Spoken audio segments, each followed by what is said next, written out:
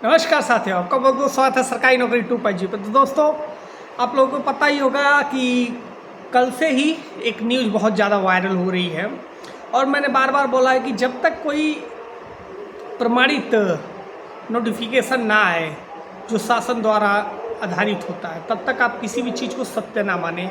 लेकिन फिर भी लोगों ने, बहुत सारे यूट्यूबर ने इस पर वीडियो भी बनाया है और सिर्फ एक लाइन थी, क्योंकि आपको पता ही होगा कि जो कैबिनेट की बैठक हुई थी, उस बैठक के लास्ट 2 या 3 मिनट की बात है कि श्रम मंत्री अनिल राजभर जी ने एक बयान दिया था।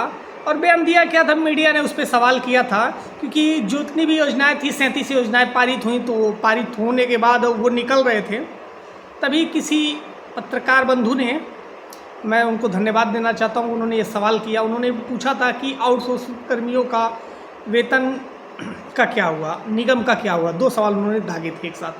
तो इस पर उन्होंने बोला कि इसके लिए सरकार प्रतिबद्ध है और कॉरपोरेशन बन रहा है।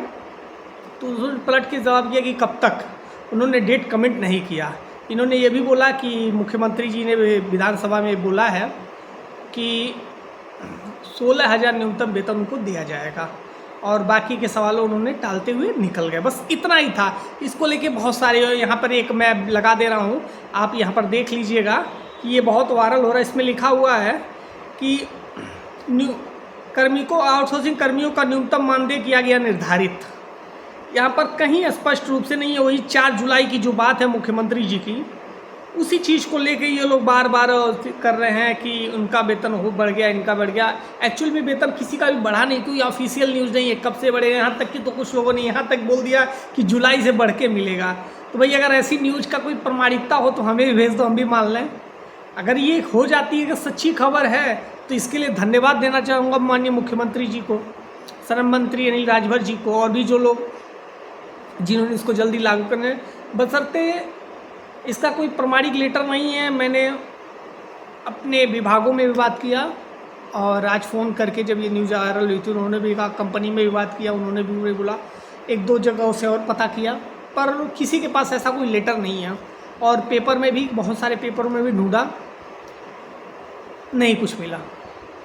तो इसको, प्रामाणिकता को कैसे सच मान लिया जाए, सवाल है। मेरा बार बार कहता है कि अफवाहों में मत जिए, सच्चाई पे जिए।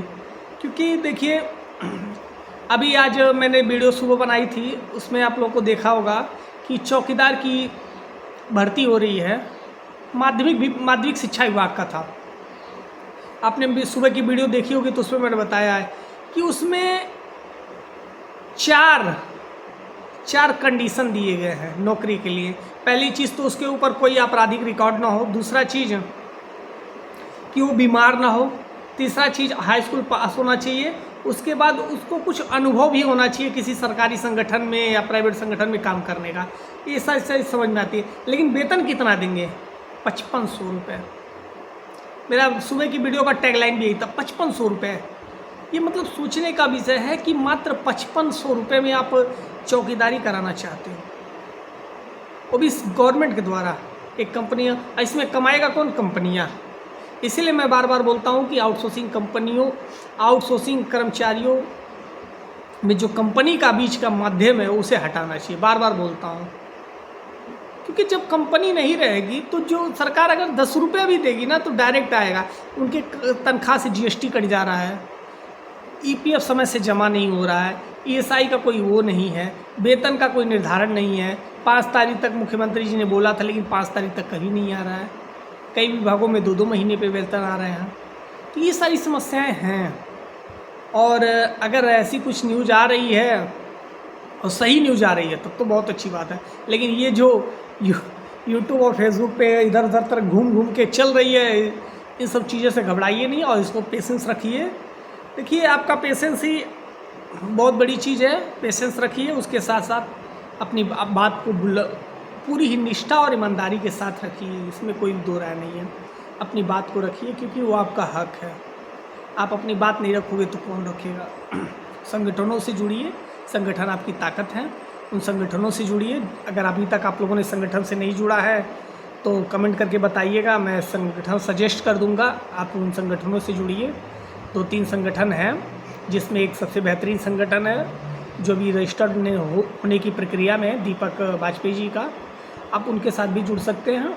अगर उनके साथ नहीं जुड़ना था किसी के साथ भी जुड़िए, मेरा कोई वो नहीं है, बशर्ते उनके साथ जुड़िए जो स्वयं कर्मचारी हों। ये नहीं कि कर्मचारी वो ही नहीं वो संगठन चला रहे हो। तो ऐसे बहुत सारी बातें थी। फिलहाल इस बारे में आपका क्या सोचना है ज़रूर कमेंट कीजिएगा। और जिस हिसाब से चैनल पे आप प्यार और दुलार दिखा रहे हो बहुत अच्छा लग रहा है।